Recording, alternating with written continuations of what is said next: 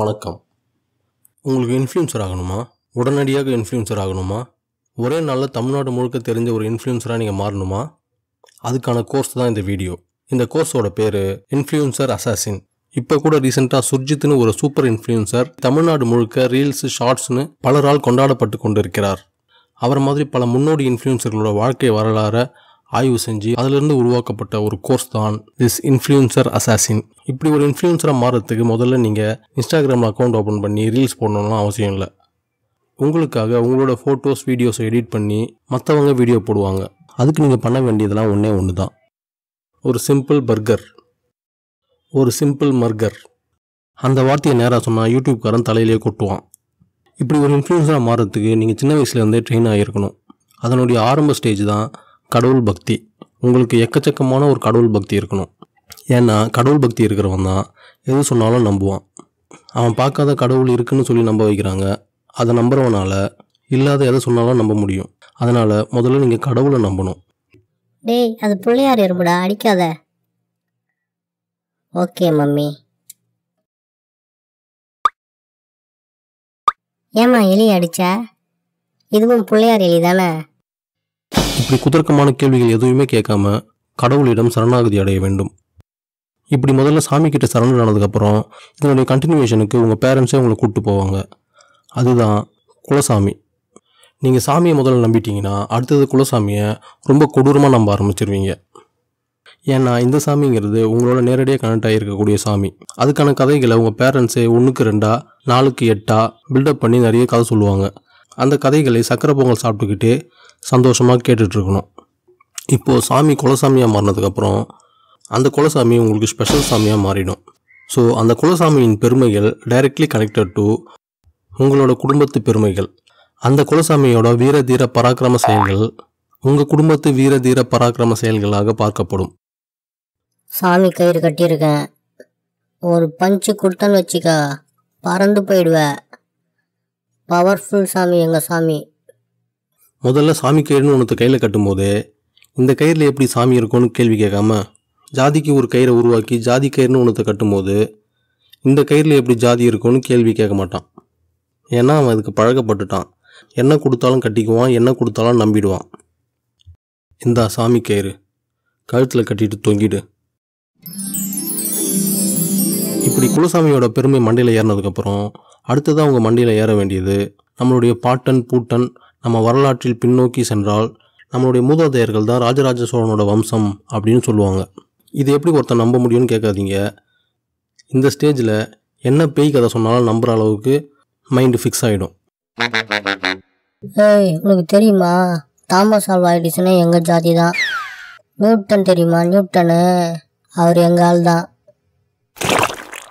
இப்படி ஒரு வழியாக கடவுள்கிட்ட ஆரம்பித்து படிப்படியாக இறங்கி வந்து ஜாதியில் நின்று தான் அந்த ஜாதியை சார்ந்தவன்கிற முறையில் தன்மேலேயே ஒரு பெரிய பெருமையை ஏற்றி தோளில் சுமக்க ஆரம்பிச்சிருவான். நம்ம ஜாதிக்கு ஏதாவது பண்ணணும். என்ன பண்ணலாம்? நம்ம ஜாதியிலே ஒரு பொண்ணை கல்யாணம் பண்ணலாம். இப்படி சுமந்துட்டு இருக்கிற பெருமையை யாரை வச்சு காப்பாற்றுறது? அதுக்கு ஒரு பீஸ் வேணும் இல்லையா? அந்த பீஸ் தான் நம்ம வீட்டில் வளர்கிற பெண் குழந்தைகள். வழக்கமாக இந்த மாதிரி ஜாதி பெருமையை கௌரவத்தை காப்பாற்றுறதுக்குன்னு ஒரு 5 வழிமுறை இருக்குது.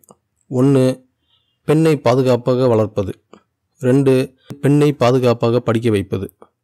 அந்த அளவுக்கு பிற்போக்குத்தனமானவர்கள் இல்லைன்னு சொல்லி படிக்கலாம் வைப்போம். 3, பாதுகாப்பாக நம்ம இனத்துக்குள்ளேயே திருமணம் முடித்து வைப்பது. 4, கட்டிட்டு போன இடத்துல என்ன பிரச்சனை நடந்தாலும் பாதுகாப்பாக கூட்டிகிட்டு வந்து அட்வைஸ் பண்ணி பிரெயின் வாஷ் பண்ணி திரும்ப பாதுகாப்பாக கொண்டு போய் அதே வீட்டில் விட்டுறது. கடைசியாக அந்த பொண்ணுக்கு இன்னொரு பொண்ணு பிறந்துச்சுன்னா அந்த பொண்ணையும் பாதுகாப்பாக வளர்ப்பது.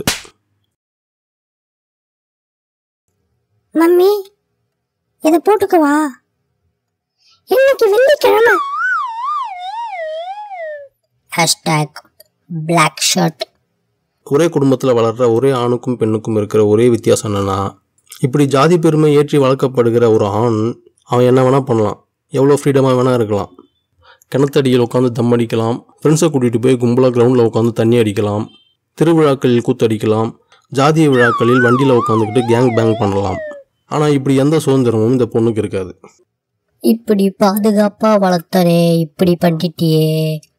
வேலி போட்டு வளர்க்குற வாழை மரம் மாதிரி தான் இந்த பொண்ணுங்க. இவங்க நினச்ச மாதிரி பழம் கிடைக்கலன்னா கச்சக் இதில் ரிதன்யா மாதிரி சில எமோஷ்னல் மகள்கள் தங்களை தாங்களே தெய்வ மகள்களாக ஃபீல் பண்ணிக்கிட்டு, நீங்கள் வெட்ட வேணாம் டாடி, நானே வெட்டிக்கிறேன், ரொம்ப பெருமையாக இருக்குமா. இப்படி பெண்கள் சுதந்திரம் இல்லாமல் முடக்கப்படுறதை பார்த்தா பாவமாக இருக்கு இல்லையா? ஆனால் இதை விட பாவமான ஒரு ஜீவன் ஒன்று இருக்குது. அது வேறு யாரும் இல்லை, இவங்க குலசாமி தான். நம்மளால் கர்ப்ப கிரகத்துக்குள்ளேயே நுழைய முடியாத வெளியூர்லேருந்து வந்த கடவுளுக்கு தான் 1008 கண்டிஷன்ஸ் இருக்குது. தள்ளி நில்றாம்பி, பக்கத்தில் வராதே. ஆனால் இவங்களே உருவாக்குன இவங்க குலசாமிகளை இவங்களே கட்டி போட்டு உட்கார வச்சுட்டு சுற்றி இவங்களே ரூல்ஸ் அண்ட் ரெகுலேஷன்லாம் எழுத ஆரம்பிச்சிடுறாங்க. மம்மி, இப்போ ஏன் இருட்டில் உட்காந்து சாமி கும்பிட்டுட்டு இருக்கோம்? லைட்டு போடக்கூடாது, நம்ம சாமிக்கு ஆகாது. பயங்கர பவர்ஃபுல் சாமி, அவ்வளோ பவர் இருந்தால் லைட் போட வேண்டியது தானே.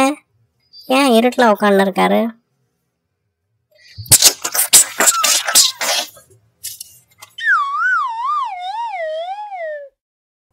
இதெல்லாம் நான் சொல்லவே இல்லையே, நீங்களா ஏன்டா அதெல்லாம் பண்ணுறீங்கன்னு வாயை திறந்து பேச முடியாமல் அடக்குமுறைக்கு ஆளாகி கம்முன்னு உக்காந்துட்டு இருக்கிறது தான் இந்த குலசாமிகள். முதல்ல இவங்ககிட்ட இருந்து குலசாமிகளை விடுவிக்க வேண்டும். அப்புறம் இவங்க குலசாமிகளாக நினச்சி பாதுகாத்துட்டு இருக்கிற பெண்களை இவர்கள்கிட்ட இருந்து விடுவிக்க வேண்டும். இப்போ ரீசெண்டாக ட்ரெண்டிங்கில் இருக்கிற நம்ம இன்ஃப்ளூயன்சர் அசாசின் சுர்ஜித்தோட வாழ்க்கை வரலாற்றையே உதாரணமாக இங்கே சொல்ல விரும்புகிறேன். அவரோட இன்ஃப்ளூயன்ஷியல் ரீல்ஸ்லாம் பார்க்கும்போது அவர் எப்படிப்பட்ட ஸ்போர்ட்ஸ்மேன் தெரியுமா, அவர் எப்படிப்பட்ட லாங் ஜம்ப் பண்ணுவார் தெரியுமா, அவர் எப்படியெல்லாம் ஹை ஜம்ப் பண்ணுவார் தெரியுமா, அவர் எவ்வளோ பெரிய ஆத்லெட் தெரியுமா, இப்படியெல்லாம் போற்றி புகழ்ந்து பிஜிஎம்ஸோட பல ரீல்ஸ் வந்துக்கிட்டு இருக்கு. பட் அவ்வளோ பண்ணி என்ன யூஸ்? எவ்வளோ ஹை ஜம்ப் லாங் ஜம்ப் தெரிஞ்சிருந்தாலும் ஜெயிலேருந்து தப்பிக்க முடியாது. ஜெயில்னதும் பயந்துடாதீங்க. ஜெயிலுக்கு போயிட்டு பெயிலில் வெளில வந்தீங்கன்னா அதுக்கு ஒரு தனி ரீல்ஸ் போடலாம். வெள்ளை வெட்டி வெள்ளை சட்டையுமா முறுக்கு மீசையோட கெத்தாக நடந்து வந்தீங்கன்னா சும்மா வியூஸ் பிச்சுக்கும், கமெண்ட்ஸில் ஃபயராக பறக்கும். உங்களோட அந்த அசாசினேஷன் திறமையை அடுத்து நம்ம வம்சத்தில் வளரக்கூடிய பிள்ளைகள் பார்த்து இன்ஃப்ளூயன்ஸ் ஆவாங்க. அப்போ தான் நீங்கள் இன்ஃப்ளூயன்சர் அசாசினாக மாறுறீங்க. இந்த கோர்ஸும் அப்போ தான் முழுமை அடையுது. அடுத்த வீடியோவில் பார்க்கலாம். சப்ஸ்கிரைப் செய்யாதோர் சித்திரவதை கூடம்.